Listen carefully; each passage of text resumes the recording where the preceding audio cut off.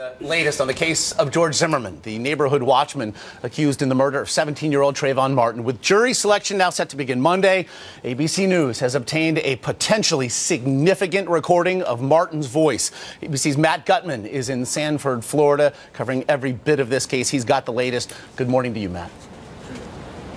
Hey, good morning, Josh. One of the biggest mysteries of this case so far was what was screamed on that 911 call heard just moments before Trayvon Martin was shot. And this morning, a judge right behind me will have to rule whether analysis of that choppy 911 audio is admissible.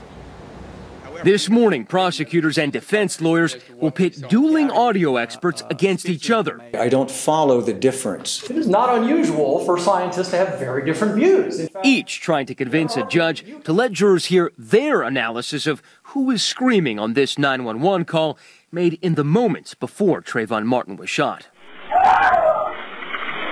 Do you think he's yelling help? Yes. All right, what is your... In this reenactment from last March, George Zimmerman argues the 14 screams were his. Proof, he says, that he fired that single shot at the 17-year-old in self-defense. But Martin's family and prosecutors say the call proves Martin was crying for help before he was killed. Ooh, he coming for that. This new audio obtained exclusively by ABC News is the first time Trayvon Martin's voice has been heard publicly. Taken from a video he filmed on his cell phone. We need a behind the scenes.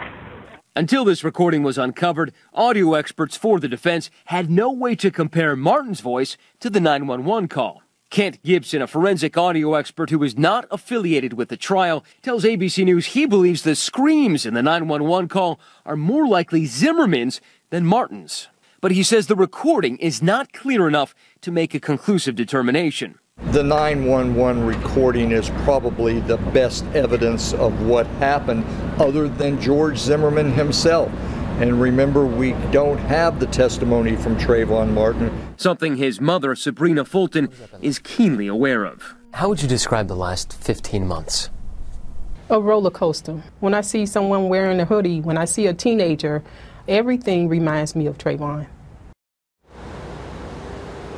Now, that audio that we obtained was part of a cache found on Trayvon Martin's cell phone. Now, the defense has been saying that the prosecution tried to hide that information from them. They'll be back in court this morning.